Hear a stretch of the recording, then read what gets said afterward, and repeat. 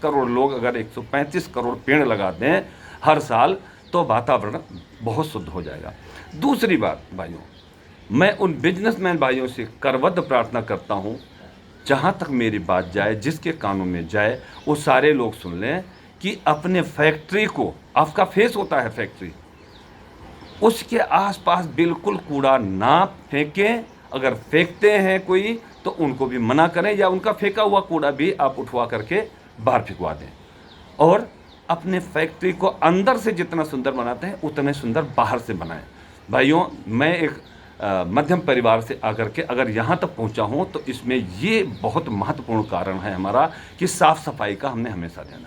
मैं अपने फैक्ट्री का अगर फ़ोटो चाहें तो मैं भी मंगवा के आप लोगों को भेज देता हूँ उदाहरण स्वरूप, क्योंकि हमने जितनी भी फैक्ट्रियाँ शुरू से आज तक बनाई हैं, हम सबके सामने बहुत सुंदर गार्डन बनाते हैं, क्योंकि जो भी बंदा आता है वो आकर्षित हो जाता है और वो हमारे से माल लेके ही जाता है। ये आप करके एक बार देखिए, क्योंकि लक्ष्मी का निवास होता है। अब दूसरी बात आते हैं कि सुखी रहना चाहते हैं भाइयों, तो उसके 2-3 उपाय हैं। सुख कहीं आप पैसे से खरीद सकते हैं, अगर कहीं मिलता हो तो हमको भी बता दीजिए, हम भी कुछ पैसा देके सुख खरीद लाएं, शांति खरीद लाएं। सुख और शांति भाइयों पैसे से नहीं खरीद सकते, ये आपको पैदा करना पड़ेगा, ये आपको उसके मूल्यों को समझना पड़ेगा, अपने आप सुख शांति आ जाएगी। जैसे कहा गया है कि अगर सुखी रहना चाहता है इंसान तो उसको 3 चीज़ें अगर मिल जाएं तो वो सुखी रह सकता है। सबसे पहले निरोगी काया, दूसरा घर में हो माया, तीसरा संतान आज्ञाकारी हो। तो आदमी ये 3 चीज़ें अगर हो जाती हैं तो वो सुखी माना जाता है, पैसे से सुखी नहीं रह सकते हैं। तो लक्ष्मी की बात करें, लक्ष्मी किस घर में आती हैं भाइयों? और लक्ष्मी जी के बारे में कहा गया है कि बल हुए बुद्ध हुए, ये गांव की कहावत है, बल हुए बुद्ध हुए जाने सब कोई, और लक्ष्मी ना हुए ताहि पूछे ना कोई। भाइयों, आप बड़े बुद्धिमान हो, बड़े बलवान हो, बहुत घमंड वाले हो, बहुत नम्रता वाले हो, अगर लक्ष्मी नहीं है तो आपको उतना सम्मान नहीं मिलेगा। तो लक्ष्मी कहाँ आती हैं? लक्ष्मी वहीं जाती हैं, लक्ष्मी वो 4 भुजा वाली माता जी दर्शन नहीं देंगी आपको, वो किसी रूप में आएंगी, धन के पैसे के रूप में, किसी भी रूप में आएंगी। वो कहाँ आएंगी? जहाँ स्वच्छता होगी।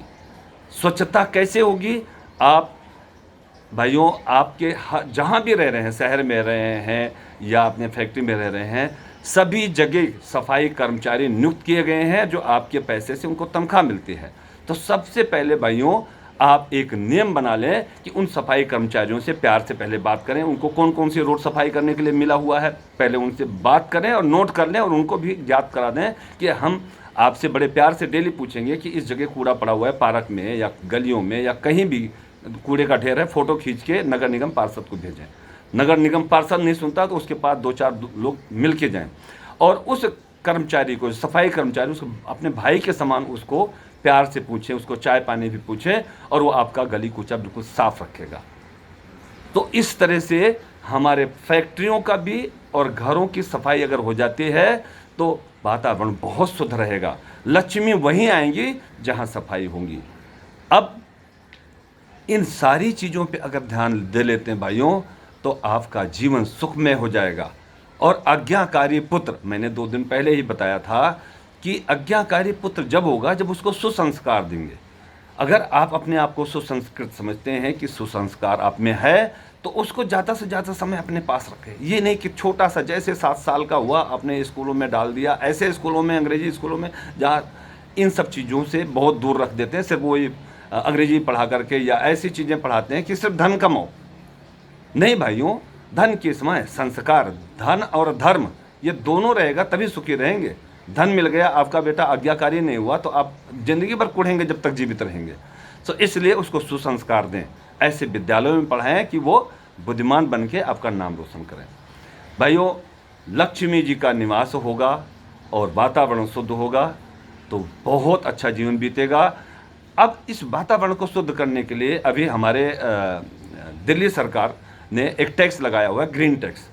हम लोगों को आज ही अपने सरकार को लेटर लिखना शुरू कर देना चाहिए कि ये जो 2-2 महीना फैक्ट्रियां बंद कर देते हैं, 2-2 महीना कंस्ट्रक्शन बंद रहता है, गाड़ियां बंद हो जाती हैं, सब अस्त व्यस्त हो जाता है, कितना बड़ा नुकसान होता है। तो हम जो धन हमारे से ग्रीन गार्ड के ग्रीन एनर्जी के लिए लिया जाता है, वो कितना पैसा खर्च हुआ। अगर नहीं खर्च हुआ है तो अभी से निवेदन करना शुरू कर दें कि ग्रीन के लिए क्या कर रहे हैं, जो हमारे से धन वसूला जा रहा है इसका खर्चा कहाँ कर रहे हैं। और ये न्यूज़पेपरों में आना चाहिए, समाचार पत्रों में आना चाहिए, और मीडिया के थ्रू भी हम लोगों को भी जानकारी दें, क्योंकि ये हमारा हक है आपसे पूछना, और आप हमारे चुने हुए नेता हैं। और अगर ऐसा नहीं करते हैं तो भाइयों उनके प्रति अपनी आवाज़ उठाइए। ऐसे बहुत सारी चीज़ें हैं भाइयों, अगर हम ध्यान देंगे तो हम भी सुखी रहेंगे, हमारा पड़ोसी भी सुखी रहेगा और हमारा मुल्क भी सुखी रहेगा। लेकिन भाइयों मुझे पता है कि हमारी बात कुछ लोग तो सुनना नहीं चाहेंगे, और जो लोग सुनेंगे भी वो क्या करेंगे, हिंदुस्तान भेड़ के समान। भेड़ जो होती है ना, एक तरफ भेड़ जाती है तो सारे झुंड उसी तरफ चले जाती है, कुछ नहीं सोचते कि इधर जाना चाहिए कि नहीं जाना चाहिए। एक मैं छोटा सा उदाहरण देना चाहता हूँ, आपको बहुत अच्छा लगेगा। एक राजा था, और वो राजा को कहीं जाना था कोई कार्यक्रम पे, अपने आवास से करीब 2-4 किलोमीटर दूरी पे। सारे अमला करिंदा लग गए, साफ़ सफाई, रोड के दोनों तरफ चूना ऊना ये सब कुछ लग गया और विचित्र वातावरण कर दिया। राजा की जब सवारी निकली तो बीच में सफाई करके कर्मचारी हटे ही तक बीच में एक कुत्ता आकर के बीचों बीच में टट्टी कर गया। अब सवारी बहुत नज़दीक रह गई थी, अब उस टाइम किसको सफाई करने का मौका मिले।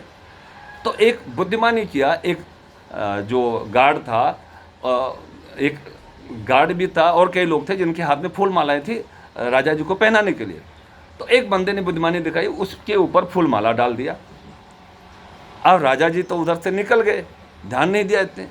लेकिन उसके बाद भाइयों पूरे जितनी प्रजा थी सभी लोग ढोल नगारे बजाना शुरू किए और उस पर फूल चढ़ाना शुरू किए। अरे महाराज इधर से गए थे, वो पूजा करके गए हैं, देखो बीच रास्ते में पूजा किए हैं। और जब तक राजा लौटते तो पता चला अंबार लग गया फूलों का, और लोग ढोल नगारे बजा करके कि यहाँ तो देवता का व्यास है। भाइयों उसके नीचे क्या था, वो जिस बंदे ने फूल डाला था उसको पता था। तो ये हुआ हिंदुस्तान भेड़ के समान। तो ऐसा नहीं भाइयों, हिंदुस्तान को बुद्धिमान बनाइए और बुद्धिमान बनिए। बस मैं अपनी बातों को यहीं विश्राम देना चाहता हूँ। जय श्री राम। मेरी बातों का बुरा न माने, स्वच्छता का ध्यान रखें, पर्यावरण को शुद्ध रखें, अपने बच्चों को आज्ञाकारी बनाएं। धन लक्ष्मी का वास करने के लिए, धन लक्ष्मी को बुलाने के लिए, आपका जीवन तभी सुखी रहेगा जब धन लक्ष्मी होंगी। उसके लिए सफाई सफाई सफाई सफाई रखें। जय श्री राम।